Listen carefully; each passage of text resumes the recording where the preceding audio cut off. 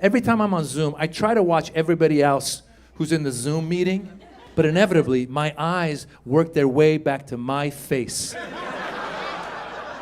And I start noticing every fault on this fucking face. I swear to God, they were pitching a TV show to me. I was listening. All of a sudden, I look over, I go, holy shit. When did I get so old? I go, look at these wrinkles. I got crow's feet. I didn't know, where'd my eyebrows go? I have no eyebrows. I didn't know I was this bald. Holy shit. That's a big nose. What the fuck? I wonder if it's smaller. It's bigger this way! Josefa, by the end of the meeting, the guy goes, what do you think of the TV show? I go, I think I need plastic surgery.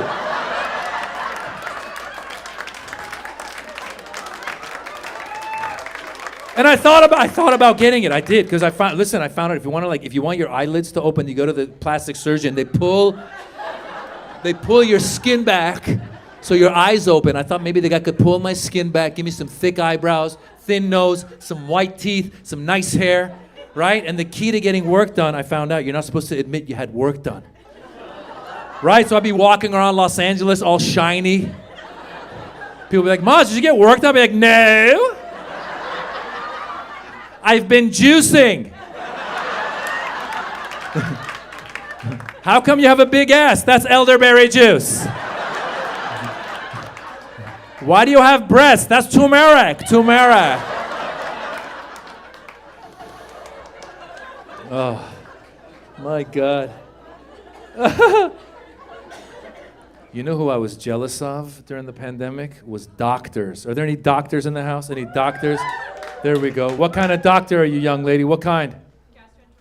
Gastroenterologist. There you go. GI, right? Fart doctor, right? It's the best. You got a lot of clients tonight. The Persians are here. We have a lot of gaseous. The Indians, you know what, curries. You're going to have a lot. Just start handing out business cards on the way out. Venezuela, yeah, spicy, some shit. You know, I was jealous of doctors. Doctors were doing Zoom consults during the pandemic. Did you do Zoom consults? You were there. Look at you with the mask. You were brave. Look at you. Give it up for her, saving lives. Yes. My friend told me you could get a Zoom consult physical. And I was like, how does that even happen? Because usually the doctor's got to touch you to make sure you're okay.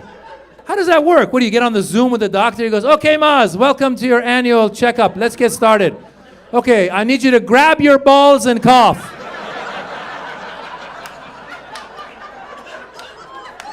Are you feeling anything strange? No? Okay, stick your finger up your ass. Anything at all? No? Okay, do the copay on the way out. You'll be fine. I was so jealous of doctor. I should have been a doctor. Have you ever heard anybody say that to you before? People say stupid shit like that. I'm happy you haven't heard it, because some people will see like a doctor in a nice car. They go, I should have been a doctor. Like it's a weekend extension course. What's your name, Doc? What's your name? Melanie. I knew I couldn't be a doctor from the 5th grade. Yeah, when they brought that frog out. Remember the frog? You guys remember the frog? In the 5th grade, they brought out a dead frog. Melanie, it was pinned to a tray with his arms out, just like Jesus. He's just... the most disgusting shit I've ever seen. And they doused him in formaldehyde. They put him in front of me. I raised my hand. I go, teacher, what do you want me to do with the frog? She goes, cut it open. I go, fuck that. You cut it open. That's the day I knew I was not going to be a doctor. That's the day I became a comedian. I swear to God. I went to the other side of the room. I just started telling jokes. Right away, I go over. I go, knock, knock. They go, who's there? I go, not the frog. He's dead. He's dead in formaldehyde. I'll be honest with you. The pandemic also made me realize I could never be a doctor, okay? Because as soon as we could get those masks, the disposable blue masks, We bought some of the disposable blue masks. I put it on with my big-ass ears. Those things were hurting my ears so much. I couldn't last 5 minutes in Whole Foods. My wife sent me to Whole Foods to go shopping. Remember early on in the pandemic, you'd get dressed up in like a homemade hazmat suit? With like dishwashing gloves, ski goggles, and the fucking mask. I'd be walking around. I couldn't last 5 minutes in Whole Foods. I was like, this is bullshit. I'm just gonna get the dried mangoes. I will come back for the quinoa. This is bullshit. My ears are hurting. I would run into the car, take off all my gear, start eating my dried mangoes. Oh my God, my ears are hurting. Fuck. I couldn't last 5 minutes in Whole Foods. Meanwhile, doctors will operate on somebody for 8 hours wearing the mask. Right? They'll be in the operating room, right? They get started. Scalpel! And they cut the guy open. And then hammer! I don't know what it is. Blender! I don't know. I'm cooking at this point. Halfway through the surgery, the nurse will be like, doctor, do you want a mask break? No, goddammit! We're here to save a life. I'll be here for 8 hours. My ears will suffer! If I were the doctor, 5 minutes in. Guys, he's not gonna make it. I gotta go. This is bullshit. I have dried mangoes in the car. Let's go, guys!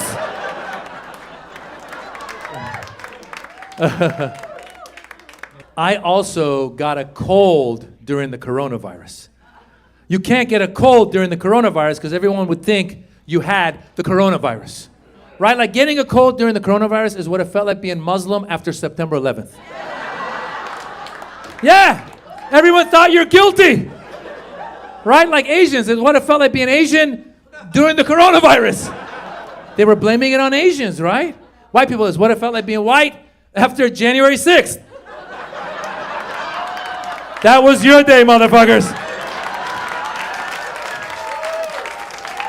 I remember, Blake, I was watching the news. I go, oh shit, they got terrorists too!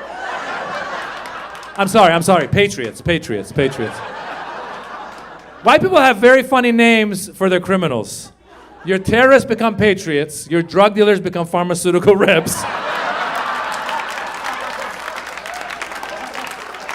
Your killers become lone wolves. Like, what's a lone wolf? He's a killer who's white. My favorite day was January 7th when they wouldn't let those motherfuckers get on the airplanes. Don't know if you've seen the videos. Go home and watch the videos. These guys had the nerve. They attacked the Capitol on January 6th. They had the nerve to go to the airport the next day, try to get on the plane. They were at the airport crying. Did you see the videos? They're like, this is bullshit, man. They won't let me on the plane, man. I have my boarding pass and I chose my meal. They're not letting me on the plane, man. I was watching, I go, welcome to my world, motherfuckers.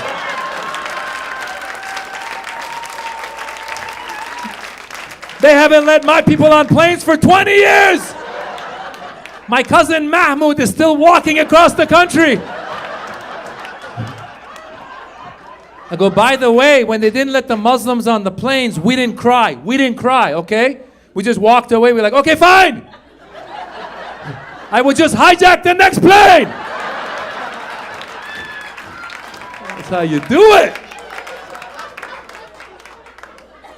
I've been following the whole January 6th. I don't know if you heard about it, but they obviously put a lot of the people who stormed the Capitol, they put them in jail. And a lot of them, when they were caught, they said that they didn't mean to storm the Capitol. They got caught up in the moment. What kind of stupid ass, bullshit, white privilege excuse is that? Because I don't know about you guys, but I've never been outside of a bank just using an ATM. Looked over, seen a bank robber run by, made eye contact. Let's do this shit, motherfucker.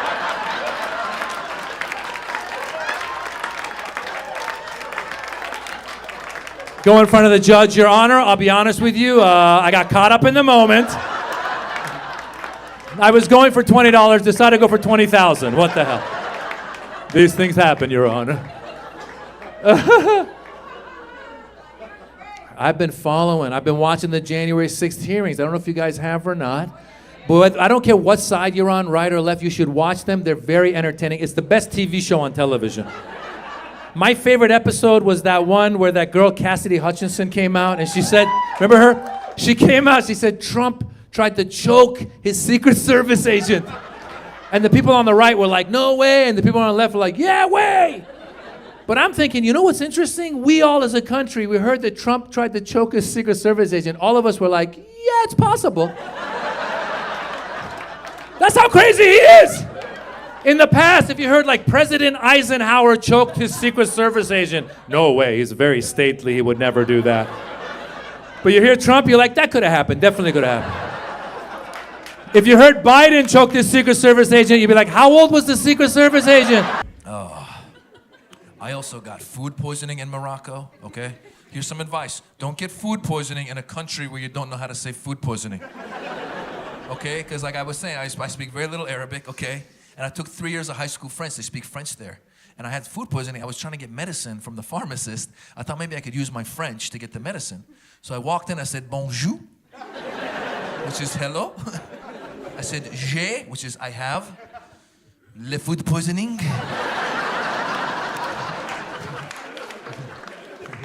He looked at me, he's like, huh? I go, j'ai la ham ham ham. He's like, huh? I go, j'ai la bleu. He goes, oh, le food poisoning, of course. You need the Alka-Seltzer. Oh, my God. Oh, man. Middle East, we love selling stuff. It's in the blood. We love to negotiate, too. Oh, my God. I forgot how much we love to negotiate until I had an aunt come from Iran to visit me in the U.S. I took her to a department store. We went to Macy's. She started negotiating in Macy's. Oh, it was so embarrassing. She brought her dresses to the counter. She goes, okay, how much for my discount? The guy goes, no, ma'am, we're not having a sale. No, but for me, what is the discount? The guy goes, ma'am, this is Macy's. I'm not Macy. I can't do this. She goes, don't worry. I take off a button. You say it's damaged. Give me discount. Yeah.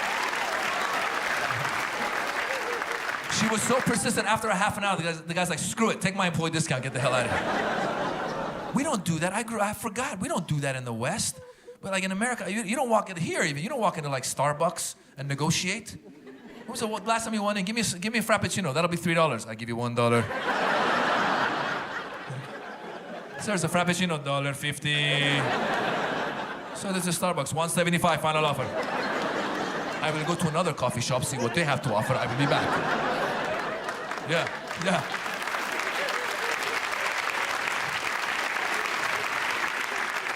Eugene, by the way, that's the key to negotiating. You got to pretend like you have better options elsewhere. Then you have a good deal. That's why Middle Eastern men were allowed 4 wives. We can negotiate them against each other, yeah. We're like, oh, you're not giving me a blowjob? I see what she has to offer. I'll be back. I love to negotiate, man. Another reason that I don't like Donnie is because he bullies people. And I got bullied when I first went to America. When I first went to America, when I was in the 4th grade, when the hostage crisis happened, back then they would call us fucking Iranian. That's what they would call you. They would call you fucking Iranian. They would beat you up. Now, I never got beaten up, but I got called fucking Iranian when I was in the 4th grade. There was a 6th grader who called me fucking Iranian, and I didn't know what to say back because he was bigger than me. What am I gonna be like? Oh yeah, well, you're a fucking American. That's not cool. At that point, we're just telling each other where we're from.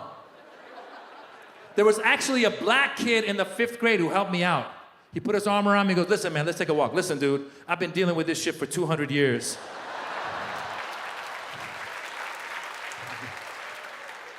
You either gotta see a therapist or become a comedian. So I became a comedian, and now I just do therapy on stage. Yeah, man. Yeah. Oh. No, I tell you, I've been doing this for 21 years, all right? I started coming to Dubai about 12 years ago. And I'll tell you, I'm 47. UAE is 48. I'm 1 year younger. Look at what you've done. It's amazing. You guys built all this. I haven't built, the only thing I built was a Lego thing one time. But when I started doing this 21 years ago, my parents did not want this, all right? Our parents don't want comedian. right? When we're from our part of the world, your parents want lawyer, doctor, engineer. That's it. I had to rebel against my dad. I had to rebel against my mom. I had to rebel against the community. Like, I remember I would hear the Persians talking behind our backs. I could hear them. Did you hear about Jobrani's son? He is almost a drug dealer. That's what this was to them. But now, anytime I get a chance, I tell people, if you have kids, let your kids do whatever their passion is. Encourage them. Stand with them. I'm serious. Make sure you do that. And even if you have a passion, if you haven't done it, go do it, all right? Don't wait. Ahmed, go for it. Professional soccer, you can do it, bro. These kids are exhausting me, man. When summer ends, when the kids go back to school, right? Your little 7-year-old beautiful baby goes back to school. Some people that don't have kids, you don't know how we feel when our kids go back to school. Oh yeah, it's the best day of the summer. Don't get me wrong, we love them, but it's so much work when they're on holiday. When they go back to school, you realize you don't have to spend a lot of time with them. When they're in school, you don't have to spend time. When they're in school, you wake them up at 6 in the morning. Just, hey, wake up, let's go, hurry up, hurry up. Wash your face, let's go. Brush your teeth, eat breakfast. Yeah, lunchbox. Backpack, stop fighting. In the car. Seatbelt. You get them in the car, you listen to whatever shitty music they're listening to. You just get them in the car, you just hear, baby shark, baby shark, baby shark, baby shark. Mommy shark, mommy shark, mommy shark. For those of you with kids, you know what I'm talking about. For those of you who have never heard this song, it's a song about a family of sharks. And it just repeats itself over and over and over again. Somehow it has 10 billion hits on YouTube. I don't know who's watching it, just a bunch of babies and stoners. Watching it over and over. You know, stoners are watching going, dude, sharks have families, man. Let's watch it again, bro. And it doesn't end. Ahmed, after baby, mommy, it comes back. Daddy shark, daddy shark, grandma shark, grandpa shark, grandpa shark. If you're Middle Eastern or Cuban, a lot of our people, we have a lot of relatives living at the house. Seventh cousin shark, seventh. Mom, sisters, uncles, brothers, shark, guy who's not my uncle, but my dad makes me call him uncle anyway, shark, now my uncle shark, Indians have that, right? Like you have every one of your dad's friends is an uncle, right? You have that, the Egyptians, you have that, yeah. Every uncle, my dad would come home with a new uncle every week. Say hello to your Uncle Akbar. I have an Uncle Akbar? He's my new drinking buddy, say hello. Akbar shark, Akbar shark, Akbar shark. Guys, by the time you get the kids to school, they've drained out every ounce of adulthood you have in your body. As soon as they get out of the car, I turn on some gangster rap. Just to feel like an adult again. Like old school Eazy-E shit. As soon as they get out of the car, I just turn on life ain't nothing but bitches and money, bitches and money, bitches and money. I'm Eazy-E, I got bitches galore. You may have a lot of bitches, but I got much more. Yeah. Fuck these sharks, motherfucker! I'm gonna shoot these sharks, motherfucker! That's when the teacher goes, sir, your window's down. Oh shit. Do do do do do do do do do do do do.